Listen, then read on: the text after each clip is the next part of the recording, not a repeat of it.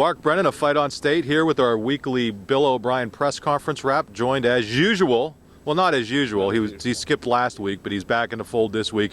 Greg Pickel, as you can see, we are wearing our matching FOS jackets. Your quick impressions off of Bill O'Brien's press conference after he left the last one, after the Illinois game, kind of muttering about how he wasn't real happy with a lot of the media after the Illinois game. What were your impressions of his performance today? Yeah, very personable today, very straight to the point with a lot of things, but he elaborated on some things too. He was very, willing to laugh, and he was in a good mood overall. Generally, we've seen him in a good mood in these Tuesdays press conferences, save for the one after Indiana. And today was no different. He was very direct about things. He might have been a little coy after the game, and obviously a little irritated by some of the questioning, but that wasn't the case today. Very straightforward, very personable. I think people will see that if they see any of the clips, that he was, at his Tuesday best, if you will, today. Yeah, I hate to kind of ruin this starting off, but there wasn't a lot of breaking news out of this one. A lot of it was spent talking about Minnesota, a really good team. Injury-wise, we'll get that out of the way right off the bat. From if I'm remembering correctly, really the only guy he talked about was Kaiser. Well, no, he mentioned Kaiser and Ben Klein, but it seems like both guys are going to be okay. They both played against Illinois, and I think they're both going to be as good as they can be against Minnesota. Yeah, I think the biggest one, out of those three was the fact that Akeel Lynch sprained his MCL at Ohio State. A lot of us, the media, and a lot of you guys as well have asked, where's Akeel Lynch? Why is this guy not playing? And, Bill O'Brien said that he sprained his MCL at Ohio State. He was held out last week. Well, he didn't directly say he was held out, but he essentially implied it. And he's day-to-day. I would be sort of surprised if he's ready this week, if it's actually a sprained MCL, but we'll see. But yeah, no, those three, obviously there's a lot of bumps and bruises, dings and whatnot, but it sounds like Kaiser's hand is healing well. He got it checked out again. And it didn't sound like there was anything worse with Ben Klein than there was last week, so I think that's pretty accurate otherwise. Yeah, I don't know how I forgot about Akeel Lynch because we haven't seen him for all these weeks, but he would be a luxury for them to have, but I think with the way Bill Belton's playing, and we'll see what we're going to see out of Zwinak. I mean, he got limited carries last week, but Bill O'Brien saying a lot of good things about Bill Belton, and really, this has been a nice story. We've talked about it throughout the year about how much he struggled last year with the ankle injury, academic issues in the offseason, but really has turned it around. He answered several questions about how Bill Belton, when O'Brien got here, Wildcat quarterback, receiver, why they switched him to running back. Talk about some of the reasons why they decided to switch him to running back. Yeah, it was very interesting. O'Brien had detailed the fact that when they got here last year, as I'm sure most of you, or 2 years ago, as you guys remember, he didn't watch any film. He didn't watch much film. I'm sure he probably watches more than he let on, but he didn't you mean film from the previous season? From 2011. He didn't watch much film, and they did some drills, obviously, early in the morning, the 5 a.m. workouts, and one of them was change of direction. And Bill Belton was a guy that jumped out to him during those change of direction drills, and he asked where he was playing. Of course, it was Wildcat and QB and wide receiver at that point, so he said, well, let's try him at running back. And, he got hurt. I think a lot of people forget that Bill Belton got hurt in that Ohio game last year. Personally, I'll admit, it did slip my mind at times that he was hurt in that game, and he never really hit his stride. The only time he hit his stride was that game at Kinnick Stadium in Iowa, where he sort of ran all over the Hawkeyes, as just about everybody else in blue and white did on that night. But, yeah, I think it's a very good story, and it's interesting. I mean, like you said, this is a guy that academic problems, whatever other off-the-field stuff he had going on, and he's completely turned around.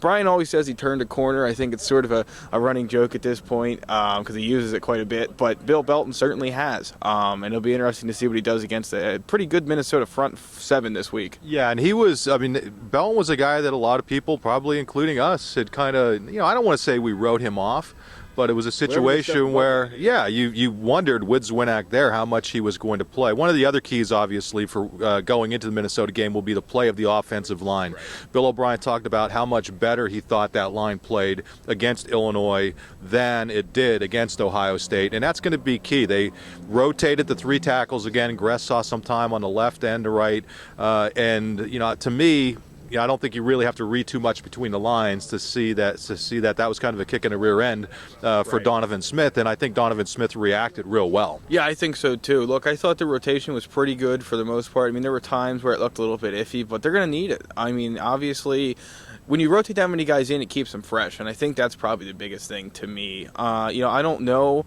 if any one of those guys is leaps and bounds above the others at this point. I mean, maybe Smith is, generally, but I don't know about this year. I think they've all played pretty much on the same field for the most part. So I think when you get all three of those guys in there solidly, solidly getting the job done, it obviously helps to keep rotating those guys in and keeping them fresh. And yeah, I think it's probably the biggest key, as it is most weeks, but certainly against that front four in Minnesota, a very tough group they have there to run the football against.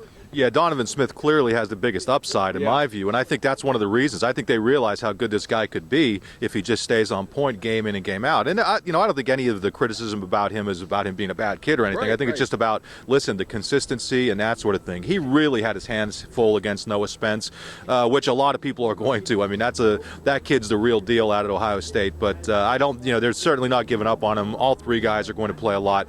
And, we'll segue. And the reason I think it's important, I was checking the numbers, Minnesota has just been absolutely destroying people in terms of time of possession in this winning streak that they've had. And for Penn State, I think to combat that, being able to hold on to the ball, run the ball, crank out some long drives is going to be real key. Yeah, absolutely. I mean, Penn State's not always been on the right side of the time of possession, and even when they are, sometimes it's a little bit misleading considering how quick they score when they score. They've had the ball for some long periods of time, haven't scored, and then they've scored in less than 2 minutes, minute 50. So I think that when he mentioned it today, they have to control the tempo. They have to control the tempo every week. Some weeks they seem better than that than others. But yeah, I think that the more you make that Minnesota team throw, the less time they're going to have the ball and the less the clock's going to run it. Because Philip Nelson and Bill O'Brien said he's improved throwing the football. They're still the 12th best passing offense in the worst passing offense in the conference. They average 145 yards through the air a game. It's balanced offense, but not really. It's balanced only by this nature of that they throw it when they have to throw it. Not that it necessarily works all the time. Yeah, and their breakout game was against Indiana, and I think the Penn State coaches would probably be the first to admit that they didn't exploit that Indiana defense nearly as well as they should have. But I actually think this, I did this in my prediction, which people could read later in the week. I think this is a good matchup for Penn State because I think that they're good at being physical against people kind of at the point of attack. I think the real speed-oriented teams have been the ones that have given them more trouble. Indiana, say what you will about Indiana, they have some real fast players. Ohio State, obviously, just completely outclassed Penn State when it came to having great speed players, and I don't see that with this team. They have some good athletes, but it's a power, your classic kind of Big Ten smash mouth team, and I think that bodes well actually for Penn State. Oh, I think so too. I mean, look, Penn State's defense, I don't think anyone's going to argue with you that they're better against the run than they are against the pass, and Minnesota doesn't throw. I mean, that right there is the biggest thing to me. These teams that they've played against before, like you said, they've had players that can get into space. Michigan had players that can get into space. They didn't use them particularly well, but they had them. So did Indiana, and so did UCF. And this Minnesota team just doesn't have that. They like to line up under center and run. Could in a noon game, could it be like it was here last weekend? Penn State a little light coming out of the gate. Yeah, certainly it could. But I think matchup-wise, I completely agree with you, Mark.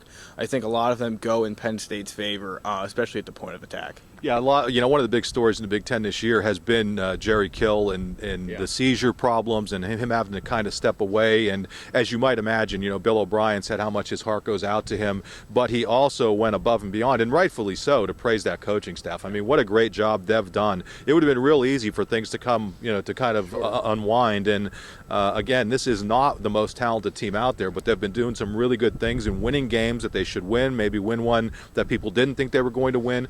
But in terms of coaching, wow, people talked last year about the great job Penn State did. This Minnesota team's done from a coaching perspective, has just done a great job so far. Yeah, we haven't got to watch a whole lot of Minnesota, obviously, with them playing a lot of time when Penn State plays. But from what you look in the box scores, what you look at in the highlights, I mean, Tracy Clay is the acting head coach, the defensive coordinator out in Minnesota. I mean, he's really figured out a way to piece this thing together. And part of me thinks they're certainly helped and aided by the fact that Jerry Kill's obviously had some of these issues before. And they've had to have a plan in place for when Jerry Kill maybe had to leave at halftime, maybe had to leave during the practice week. So they certainly had things in place. But to go from having Jerry Kill gone a day to gone 2 weeks and counting, clearly they had to get things figured out. Recruiting, they had to get things figured out. Game plan-wise, they had to get things figured out. And these guys have done a great job. Obviously they've won 2 in a row since Kill left. They'll go for 3 this weekend.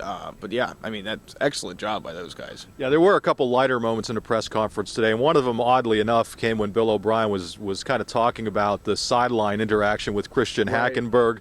I know a lot of people, I didn't see that on TV, but apparently it was fairly obvious that he was shouting at Hackenberg or Hackenberg was shouting at him, and he added some clarification to that Hackenberg had been dinged, had taken a hit on the head shortly before that, and O'Brien was more worried that Tim Bream, the trainer, was going to look at him, and Hackenberg was yelling back, "No, I'm fine." So I don't think that was nearly what maybe people thought it was, but he did have some good things to say about the way he kind of has to interact with him, and sometimes he has to remember that he's still dealing with a freshman, a guy who just got here in June or late June or early July, and that you can't really, get on him the way he would Tom Brady in New England. Sure, absolutely. Yeah, I think if you're paying attention to the commercial breaks, what happens during the commercial breaks if you're here at Beaver Stadium? Obviously, it's easier for us and anyone here to do than if you're watching on TV. But O'Brien has got, I think, really good at sitting Christian Hackenberg down on the sideline. Literally. Yeah, They sit on the bench. Down, absolutely, on the bench, yeah. And just going through what went wrong. He admitted, at times he'll make a mistake twice, or, Brennan or O'Brien said he knows that Hackenberg knows what he's supposed to do, and he makes a mistake that irritates him. But generally, I think it's been a lot more of a cool-headed composure, if you will, from Bill O'Brien with Christian Hackenberg. That's one thing that maybe beyond the box score, if you will, you've seen change with Bill O'Brien over these last couple weeks. Yeah, and I think that's also part of him just maturing as a head coach. Yeah. I mean, it's different when you're simply the offensive coordinator. I shouldn't say simply, as he was at New England. But I think you have to kind of take a little bit different approach. Outside of Akeel Lynch, which I completely missed, anything else that kind of jumped out at you today? No, not really. I mean, like you said earlier, there wasn't a whole lot of breaking news that come out of this. Probably one of the more analytical ones we've had. He talked about the offensive tackles. He talked about the secondary. Spoke very highly of Adrian Amos and Jesse Della Valle. But other than that, I mean, it was pretty straightforward, just like this week is. I mean, Minnesota's not going to do anything, I don't think, that's going to surprise you. They're going to try and run it down your throat for 4 quarters and hope they stop you long enough to get a win. I mean, you look at the predictions this week, and the spread's about a point and a half. Maybe it went up, I don't know, but I think this game's a lot more evenly matched than maybe some think. I think the stats, I mean, the Minnesota and Penn State are sort of right in the middle of the pack statistically in a lot of categories. I think this is a close one. I think it goes either way. Yeah, Penn State has lost 3 straight Big Ten road games dating back to last year. The last 2 obviously have been really ugly. So from Penn State's perspective, this is a chance to maybe go out and listen.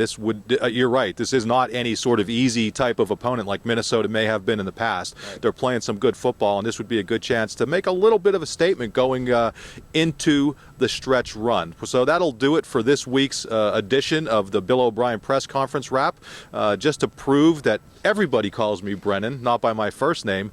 We'll show you a little something on the way out of here. But before we do, I want to thank Greg Pickel. I'm Mark Brennan, and we will be back and see you next week. Thanks, everyone. Bill, Minnesota's been kind of dominating time of possession in this winning streak. Does that impact what you do offensively at all? You have to look at that, Brennan. You got to look at that because they average almost 5 minutes more than their opponents, and that's a big deal. You can't totally change what you do, but you better make sure that that you're not just playing at warp speed the whole game, because you could play warp speed the whole game. If you score in 1 minute and 50 seconds, that's okay, but your defense has only been on the bench for 1 minute and 50 seconds, so you better make sure you keep scoring, and that's hard to do against Minnesota. They're a good defense, so we've got to mix tempo and make sure that we give our defense a break and make sure that we try to do the best we can to win the time of possession on our side.